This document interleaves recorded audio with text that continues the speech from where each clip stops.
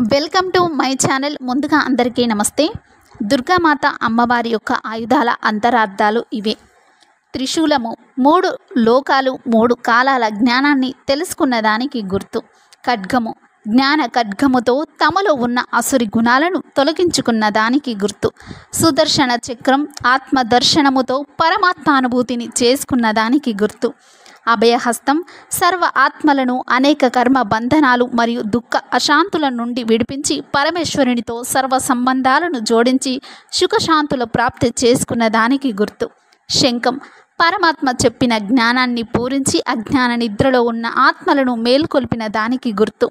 గద పరమాత్మ స్మృతి అనే శక్తితో కర్మేంద్రియాలను స్వాధీనం చేసుకున్న దాని గుర్తు.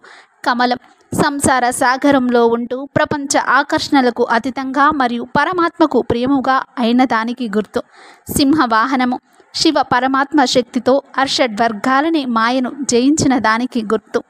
జై దుర్గామాత. Thanks for watching.